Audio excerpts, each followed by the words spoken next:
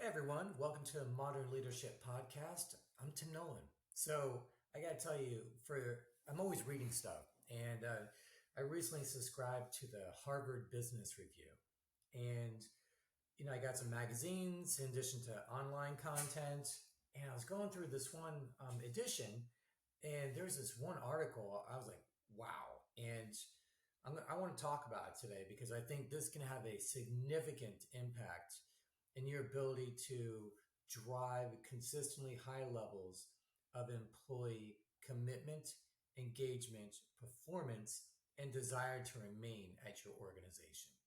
And so this article is by Zach Mercurio. So he just wrote a book, The Power of Mattering at Work. And so in this article, he summarizes several really important points, and it's focused on mattering.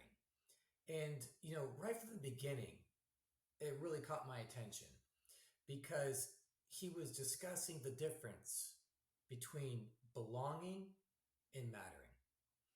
And so, belonging is when someone feels welcomed and accepted in a group. So, you got a new employee who joins, or, a new person that joins the team, and, everyone's really accommodating, supportive, and they're like, hey, all right, I feel like I'm fitting in here. All right, that's belonging. And honestly, as a consultant, when I work with organizations to improve their culture, that's something that I've really focused on in the past. But Zach's book and subsequent article really led me to believe that it was incomplete. And so we look at belonging, again, feeling accepted and welcomed by a group, in the members. Now, mattering, on the other hand, is when people feel significant to the group's individual members. So it may seem like I'm splitting hairs on this, but there's some examples that Zach goes over in his article, and then we're going to talk a little bit about that in terms of how to implement that. There's some really good opportunities to implement and create more mattering. How do we get people to feel like, hey, I matter here? And if you've been paying attention to the other podcast episodes, I've been talking about this without saying mattering, about showing people how they contribute and how that matters and how that makes a difference and how it's helping the organization to uphold its mission, profitability, certain performance measures, team progress, etc. So another thing that Zach was looking at in his article, he gives some really good data to support why managers should focus on mattering.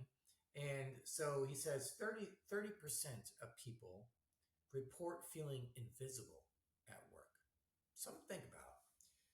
What would your employees say? Let's say you did a little anonymous survey with them and asked them a couple questions related to mattering, and started with the question of, do you feel like you're visible?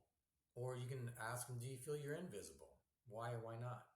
So 30% of people report feeling invisible at work.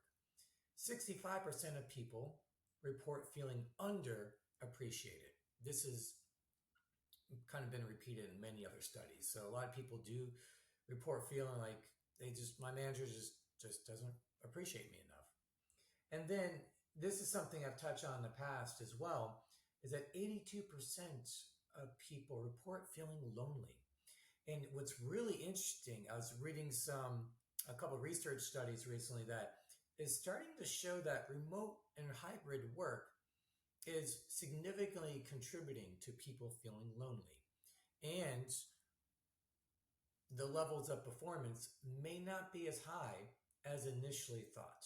It used to be, many studies were saying there's a lot of great research that shows people who work remotely are more productive, but it looks like we're starting to not see that. So that's something to keep an eye on. And so then he starts again, it is a really good point that's made in the article. And I just purchased this book too, so I can't wait to read it, The Power of Mattering. So he discusses that ways to improve feedback. This is really interesting. So if you want to improve feedback, first, it starts with, people need to feel like that they matter to you. So he says, your feedback is unlikely to matter to people if they do not first believe that they matter to you. Now that's a really interesting point. Think about it, because when I'm working with organizations and groups and managers, and we focus on, in many cases, improving feedback. But maybe part of it is to look at the foundation. Is that why is my feedback not getting the intended results? And maybe again it goes back to that overall relationship of the employee. But are they more like they're more likely to really internalize the information if they feel like, okay, this person sees value in me. So if they're giving me this feedback, there's a reason why, and they want the best for me. So I thought that was an awesome point. And another thing he looks at is, try to focus on their uniqueness. Now, that I know some people are going to probably hear this and say, focus on their uniqueness. What are we talking about here? And this is related to that psychological safety article I was discussing recently too. Is that one of the misconceptions of psychological safety this article pointed to was that one needs to have lower levels of performance standards in order to have psychological safety, which is not true. In fact, you should always maintain high levels of performance standards, expectations, and with meaningful feedback helps to drive that. But when people know, when they feel like, hey, I'm contributing to something here, then your feedback is going to matter more to them, and they're more likely to put into action. And so this article, speaking of which, what was really interesting, and it gives an example from NASA. And apparently there's an example where John F. Kennedy in the 60s went by NASA and he saw a custodian, and he's like, hey, what do you do here? And the custodian said, well, I'm contributing to putting the next man on the moon, sir. And he was like, oh, okay. But apparently NASA is renowned for this kind of culture where every person, regardless of what they do, feels like I'm contributing to something important here. And so when we look at the types of tasks that people complete, it could be really mundane stuff they're doing, but a really key opportunity for you is looking at how do you connect what they're doing to the mission of the organization, but how it helps maybe other teams, other departments, and ultimately helps that end goal. It could be a great customer experience, great product, profitability, whatever it may be. And so, but we need to tie this into people so they feel like, and then when you give that feedback, you can say, where you point out things they're doing. I really liked what you did here, X, Y, Z. And what you did, maybe you're not aware of this, but I want to show you, I want to illustrate the impact that you have and what you're doing. How often are you having conversations like that with people? And so I think that it's definitely something to look at. And overall, Zach in his article is looking at, and it makes sense that when people feel like they matter, there's higher levels of engagement, lower turnout, less burnout. And so it all relates. And this should be part of your leadership strategy is, how do I show people that they matter?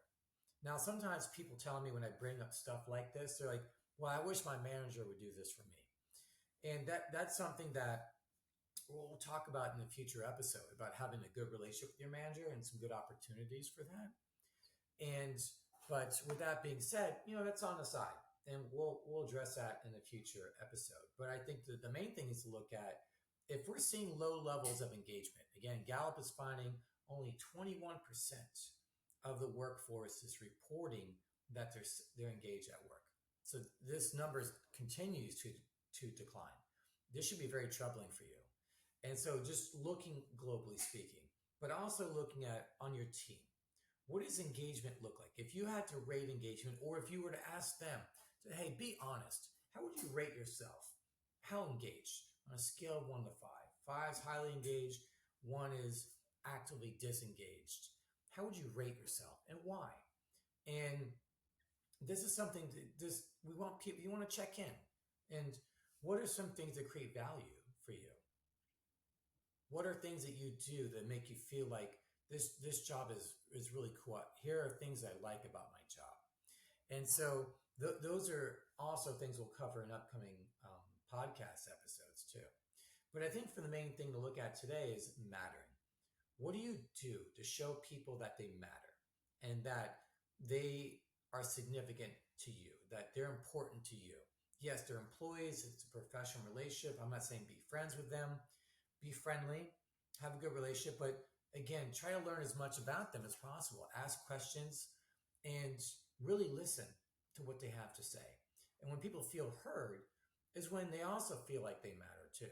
Because if you're able to bring up things in the future based on something they said, they're more likely to think, hey, they pay attention. Okay, so if they pay attention, they're more likely to go down that line to say, looks like I matter here. And I'd even start talking about that is you matter. And here's why you matter. And you can say that as a group, but repeat that individually during your one-on-one meetings to really illustrate the power of mattering. And belonging is the first step when the group, again, accepts folks and they feel welcome. But mattering is when they feel like they have significance to the people within the group. And if you're the leader of the group, then you want to show people individually how they matter, what they do, and how that contributes. And you do that through leveraging your relationship. The more effort you put in, more listening. And just to tie it back in too, is we're not looking at lower expectations. So yeah, we want to show people they matter, but they have a job to do. And you're going to give them tough feedback and you expect results. And they can talk about things. They can even disagree. They can have questions, provide some potential solutions, put some different ideas out there. But at the end of the day, you're going to hold them accountable. But within that is again, this is one of the things to look at a modern leadership approach and what this podcast is all about is moving people from a traditional leadership approach to a modern one. And a modern one encompasses the power of mattering. What do you do to show people they matter? You can even identify this as over the next week, over the next month.